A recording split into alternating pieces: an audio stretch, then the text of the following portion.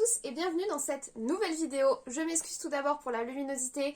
Maintenant il fait nuit à 17h donc c'est juste plus possible de tourner 2 jours pour moi avec mon emploi du temps de boulot en semaine. Donc voilà, il fait nuit. Désolée pour cette luminosité bizarroïde. Mais bon, on a fait ce qu'on a pu. Je suis ravie de vous retrouver pour cette nouvelle vidéo. Nous sommes mercredi, jour des sorties ciné et je sors des salles obscures. J'avais l'embarras du choix. Aujourd'hui j'avais l'embarras du choix parce qu'en ce 24 novembre on avait beaucoup de très belles sorties, notamment House of Gucci qui voilà m'interpelle pas mal. Mais ce n'est pas ce que je suis allée voir, non, je suis allée voir une sortie dont j'avais besoin pour mon moral, vous voyez, c'était thérapique aujourd'hui. Donc je suis allée voir le nouveau Disney. En plus, j'étais vraiment ravie parce que ça faisait très longtemps que j'étais pas allée voir un Disney en salle, pour la simple bonne raison que ça faisait très longtemps qu'il n'en était pas sorti en salle. Donc je suis vraiment très contente. Je sors tout simplement d'aller voir Encanto, qui est donc le Disney de cette fin d'année, la petite magie de Noël de Disney de cette année. Et je pense qu'il y a beaucoup de choses à dire, donc on se retrouve tout de suite.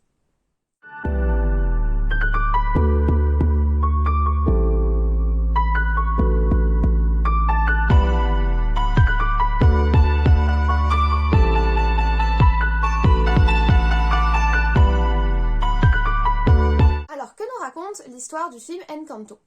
Encanto déjà c'est le lieu où s'est installée la famille qui est l'héroïne de l'histoire. C'est une espèce de lieu protégé, un lieu magique où évolue cette famille qui est elle-même magique. Attention, ce ne sont pas des fées, ce ne sont pas des elfes, ce ne sont pas des magiciens, on n'est pas dans Harry Potter. Non, c'est une famille tout à fait normale, mais qui a été à un moment où leur vie, ou en tout cas la vie de la grand-mère était particulièrement difficile, ils ont reçu un miracle. Ce miracle, il est illustré dans l'histoire par une bougie qui brille d'une lumière un petit peu magique et qui apporte à la famille plein de bénédictions. Ces bénédictions, c'est à la fois une maison magique qui est un petit peu animée, qui est un peu le 13e membre de la famille, oui parce qu'on est quand même sur une famille de 13 membres, et à la fois des dons magiques qui sont accordés aux membres de cette famille. Ils ont d'abord été accordés aux 3 enfants de la grand-mère, et quand eux-mêmes ont eu des enfants, et ben les petits-enfants ont reçu des dons. Donc dans cette famille, tout le monde a des dons, c'est la fierté du village, c'est grâce à eux que le village où ils habitent prospère.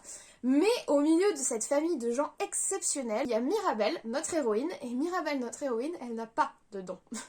Et en fait, toute l'histoire tourne autour du fait que Mirabel, elle vit dans une famille exceptionnelle, sauf que elle a le sentiment de ne pas être exceptionnelle. Il y a sa sœur qui fait fleurir des fleurs partout où elle passe, il y en a un qui peut prendre la forme de n'importe qui, il y en a une qui entend tout, il y en a une qui peut guérir les maladies rien qu'en te faisant manger un gâteau, et elle a l'impression de ne pas être exceptionnelle. Après, elle fait énormément d'efforts pour essayer d'être à la hauteur de sa famille. Donc ça, c'est l'histoire de base. Et rapidement, ça nous est déjà exposé dans la bande-annonce, si vous l'avez vu, cette famille va devoir faire face à des difficultés, à des coups durs, et c'est là que Mirabel, notre héroïne, va essayer d'aider, malgré le fait qu'elle n'a pas de pouvoir. Donc voilà pour l'histoire du film. En soi, c'est une histoire pas si classique que ça dans l'univers Disney, puisque on n'a pas des parents qui sont morts. On va plutôt être dans une histoire de famille qu'une histoire où on a perdu notre famille. Après, depuis Rebelle, bon Rebelle c'est un Pixar, mais en gros depuis Rebelle, les dessins animés abordent un peu plus les liens familiaux et notamment les liens mère-enfant, père-enfant, tout ce qui tourne autour de l'éducation, de la difficulté de l'éducation, de la difficulté de compréhension entre parents et enfants. Donc c'est quand même des thématiques qui apparaissent de plus en plus dans l'horizon des dessins animés et notamment des dessins animés Disney Pixar. Mais voilà, quand même, de base, l'intrigue de Encanto, elle est assez différente de ce à quoi on est habitué. En plus, ils reprennent pas un conte, on va plutôt s'inscrire dans des films de la nouvelle vague Disney que vont être Raya qui se passe en Asie ou Vaiana qui se passe en Océanie, où on reprend pas un conte ou une histoire ou un mythe, mais où on va essayer de créer un scénario nouveau, une histoire nouvelle, mais en mettant en valeur une culture. Donc là, c'est la culture de l'Amérique du Sud et en particulier la culture de la Colombie, à travers les couleurs, les motifs, les textures, les festivités. Il y a aussi le vocabulaire. Alors moi, je suis allée voir le film en français. Je vais tout le temps voir mes Disney en français parce que je trouve que la traduction des films Disney est importante, la traduction des musiques, même si des fois elle est mal faite, j'aime voir cet aspect-là du Disney. Donc je suis allée le voir en français et c'est vrai que Abuela, par exemple, pour dire grand-mère, c'est des mots qu'ils ont conservés. Donc on essaye dans une culture, de mettre en valeur une culture à travers la construction d'un scénario et d'une histoire dans cette culture-là, un petit peu comme dans Vaiana par exemple. Et en rajoutant évidemment la magie Disney classique. Donc les papas de ce film, les réalisateurs de ce film, je les ai dans mon petit carnet magique, c'est Jared Bush et Byron Howard. Alors ils avaient déjà travaillé ensemble, sur Zootopie, qui est un film que j'aime beaucoup. Et sinon, chacun de leur côté, ils ont également travaillé sur Vaiana pour l'un et sur Réponse pour l'autre. Donc c'est quand même des réalisateurs habitués du Disney, clairement. Et ils font un bon travail. Après, je suis pas franchement capable de détecter leurs pattes ou pas leurs pattes en fonction des films sur lesquels ils travaillaient ou sur les films sur lesquels ils n'ont pas travaillé. C'est-à-dire que moi je trouve qu'il y a une sorte de charte imposée Disney d'une manière générale et je trouve pas particulièrement que les réalisateurs ressortent au-delà de la charte imposée Disney.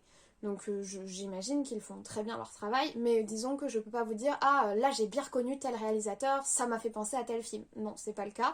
Mais par contre, effectivement, on peut dire que Encanto s'inscrit plutôt dans la veine des films comme Raya et Vaiana, donc comme je vous l'ai dit, qui ne suivent pas des contes ou des histoires mythologiques, mais plutôt des scénarios originaux pour mettre en valeur une culture en particulier. On est sur un dessin animé, donc il me paraît important de commencer par vous parler de l'image, et c'est très beau. C'est très coloré, c'est dynamique, c'est franchement joli. Pour une fois, on bouge pas beaucoup. D'habitude, dans les dessins animés Disney, on a toute la dimension du voyage initiatique où le héros va partir en quête, va se déplacer si vous voulez. Là, c'est pas du tout le cas. Tout se passe autour de la maison des Madrigals et on bouge pas des masses. Et j'ai trouvé ça plutôt intéressant parce que on le ressent pas comme un manque, c'est-à-dire il se passe assez de choses dans cette maison qui est quand même particulièrement improbable pour que on ne sente pas le manque d'aller voir ailleurs, de sortir de l'Encanto, donc cet espace protégé dans lequel ils vivent. Donc franchement, j'ai pas trouvé ça gênant. Et puis les décors sont très très très beaux. Ce qui est plantes, fleurs, apports naturels sont vraiment très jolis. Il y a vraiment des choses très belles. La culture de l'Amérique du Sud, qui n'est pas une culture que je connais énormément, donc je ne peux pas vous dire si dans le détail c'est plus une culture colombienne ou pas, mais en tout cas elle est bien mise en valeur. Il y a des codes au niveau des couleurs, du décorum, de la construction de la maison, codes dans le village, des festivités, etc. qui sont, on va dire, associés communément à l'Amérique du Sud et qui sont bien développés et bien mis en avant. On est plutôt sur la culture de la vie de tous les jours. On a des plats qui sont donnés dans leurs noms locaux. Enfin, je trouve ça vraiment très sympa. Et ça peut vraiment donner... C'est super pour les personnes qui sont issues de la culture de l'Amérique du Sud parce que ils vont retrouver des codes qu'ils connaissent et c'est aussi important. Et c'est super pour les gens qui n'en sont pas issus, en particulier pour les plus jeunes, parce que ça leur permet de se familiariser avec une culture différente de la leur, avec un vocabulaire, avec des traditions culinaires différentes des leurs et associées du coup à la magie Disney. Et ça forme, c'est la maison des poupées, It's a Small World After All de Disney. Accent anglais phénoménal, mais c'est ça, c'est l'attraction des poupées de Disneyland quoi. Le but c'est de montrer que le monde est assez petit au final et qu'on est tous rassemblés sous la magie Disney. C'est vraiment le message qu'essayent de transmettre ces différents films qui sortent ces dernières années. Sinon, si on en reste sur les images, j'avoue que la seule chose qui m'a un petit peu laissé sur ma faim, c'est les costumes, enfin les habits des personnages. Je n'ai pas trouvé ça incroyable. En général, ils essayent de développer quand même des tenues assez iconiques pour pouvoir les vendre, pour faire du merchandising derrière. Et là, à part peut-être la tenue de Mirabelle, et encore, elle fait très très très petite fille, je sais pas, je pense que Mirabelle doit approximativement avoir la vingtaine, enfin, entre 15 et 20 ans peut-être, dans le film, même si moi je trouve qu'elle se rapproche plus de la vingtaine. Elle porte pas des vêtements d'une fille de 15-20 ans. Et disons que je vois pas très bien quel merchandising ils vont vouloir développer autour des costumes. À voir, puisque le but de Disney, c'est d'intégrer chaque nouvelle héroïne ou chaque nouveau héros dans l'univers des princesses Disney. Et là, j'avoue que j'ai trouvé que l'héroïne Mirabelle était très jolie. Les dessins sont très beaux. Le dessin typique du moteur Disney depuis Réponse, mais... ils y ont ajouté quelque chose, les textures des cheveux sont très très belles. J'ai beaucoup aimé qu'elle ait des grosses lunettes, j'ai trouvé ça super sympa. Et puis elle est très agréable cette héroïne. Moi il y en a beaucoup qui me tapent sur le système très rapidement. Elle, j'ai trouvé trop chou, attachante, réelle. J'ai trouvé enfin là on passe sur le niveau du caractère des personnages, mais elle je l'ai trouvée vraiment réelle. Par contre je trouve ça dommage qu'elle n'ait pas une tenue vestimentaire un peu plus iconique, un peu plus reconnaissable. Voilà, j'ai été un peu déçue de ce côté-là, on va dire. Je vous ai parlé de Mirabel, mais du coup, je vais vous parler également des autres personnages. Alors moi, j'ai eu un coup de cœur. Alors elle s'appelle Louisa, mais j'ai décidé de changer son nom, je ne sais pas pourquoi. Pour Sophia, qui est la sœur de Mirabel, qui est dont le pouvoir magique, c'est la force physique. J'ai adoré sa chanson. J'ai adoré tout ce qui tournait autour de ce personnage, un peu de tragicomédie et la problématique qui est abordée autour de ce personnage. J'ai adoré que le pouvoir de force soit incarné par une fille hyper musclée. Ça, j'ai trouvé ça super cool. Et puis vraiment, j'ai trouvé que le personnage était intéressant. Au début, tu te dis que ça va être un gros cliché sur pattes, et pas du tout, il y a des réelles subtilités, donc j'ai vraiment beaucoup aimé ce personnage-là. Après, les autres, très honnêtement, je les ai trouvés d'une grande transparence. La grande sœur de Mirabel, la fille aux fleurs, là, c'est Elsa en brune. Voilà, elle nous fait même des gestuels à la Elsa pendant sa chanson, et elle nous fait même des livrés à la Elsa. J'ai trouvé ça hyper décevant. Ça a marché une fois, ça veut pas dire que ça va marcher à chaque fois, Disney. Essayez de faire original au lieu d'essayer de faire toujours la même chose, d'accord?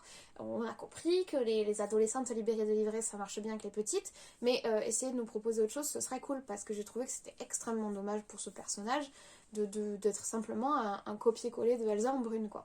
Pareil pour les autres, ils ont chacun leur pouvoir, mais au final, ils se développent pas vraiment. Sur les 12 membres de la famille, je crois qu'ils sont 12 en tout, tu vas développer Abuela, la grand-mère, Mirabel, notre héroïne, bon, c'est normal, c'est notre héroïne, Sophia, qui apporte une certaine originalité, une certaine fraîcheur, même si on développe pas tant que ça le personnage, on l'approche quand même un peu plus que les autres, et la grande sœur des fleurs, là, mais pas développée de façon très intéressante, j'ai trouvé. Les parents passent quasi complètement à la trappe. C'est dommage, alors oui, on rencontre une famille dans son intégralité et 12 personnages, c'est beaucoup, mais c'est la même... On est dans la même problématique que Eternals. Il y a trop de personnages et ils nous sont pas assez... Il n'y a pas assez de temps pour développer tout le monde, c'est pas possible, on n'a pas le temps en fait, les gars, on n'y arrive pas. Et c'est dommage, mais voilà. Après, je pense que en tout cas pour plusieurs des personnages, ils sont plutôt développés pour faire un petit peu les sidekicks fun ou sidekicks sympas pour les enfants, notamment un petit garçon dont le pouvoir est totalement et à 100% destiné à mettre des étoiles dans les yeux des petits, hein, clairement. C'est quand même un reproche que je ferais d'ailleurs au film, je trouve que c'est un film... Les Disney normalement savent manier avec finesse l'adresse à la fois aux plus jeunes et aux plus vieux. Là, le film porte quelques messages effectivement qui peuvent être lus par des adultes, mais globalement dans son imagerie et dans les personnages qu'il propose, j'ai eu quand même plus l'impression qu'on s'adressait aux jeunes et que le scénario et le développement un peu plus adulte, un peu plus mature restait de côté. Ça m'a un petit peu... ça m'a un petit peu déçue, je l'avoue. Après, vu qu'on parlait des personnages, parlons des chansons. Nous sommes dans un Disney, il y a donc des chansons. Et j'adore les chansons Disney. Et il y en a une ou deux qui m'ont, j'avoue, que j'ai vraiment, vraiment bien apprécié. Donc celle de Sophia, la sœur musclée, que j'ai trouvée trop cool. Et que je pense que je vais ajouter à ma playlist pour aller au travail le matin, histoire de me motiver. Mais sinon...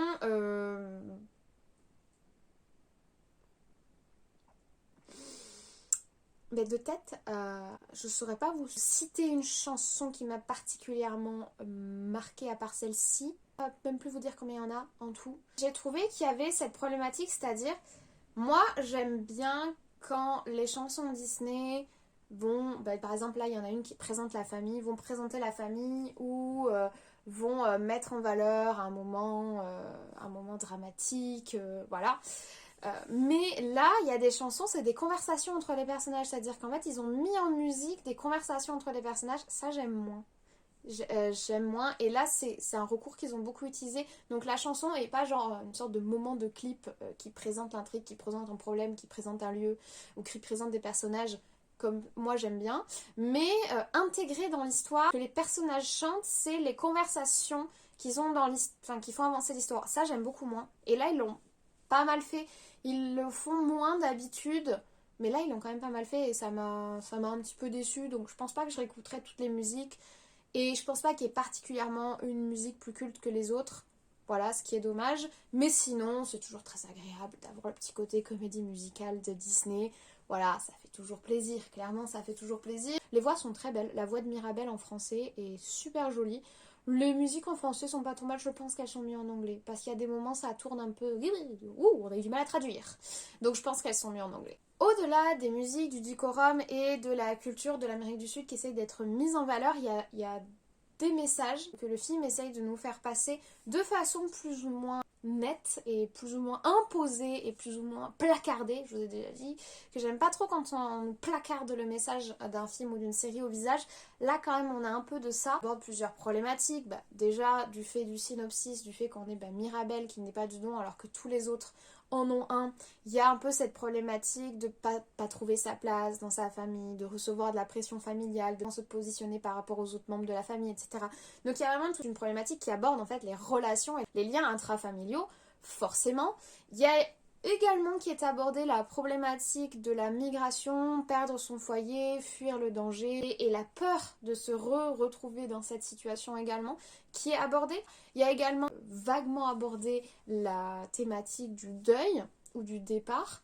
Donc voilà, on est sur des thématiques assez typiquement familiales, intrafamiliales, les liens familiaux, j'aime ma famille, comment montrer que j'aime ma famille, si j'avais pas ma place, qui suis-je vraiment dans ma famille, est-ce qu'ils me reconnaissent pour qui je suis, enfin des problématiques assez classiques au final, mais qui sont plutôt bien abordées. Bon, c'est vrai que des fois on insiste quand même vachement lourdement et c'est là aussi que je pense qu'il y a certains messages qui sont plutôt destinés à la jeunesse qu'aux adultes parce que essayer de leur mettre des cases pour qu'on comprenne bien le message.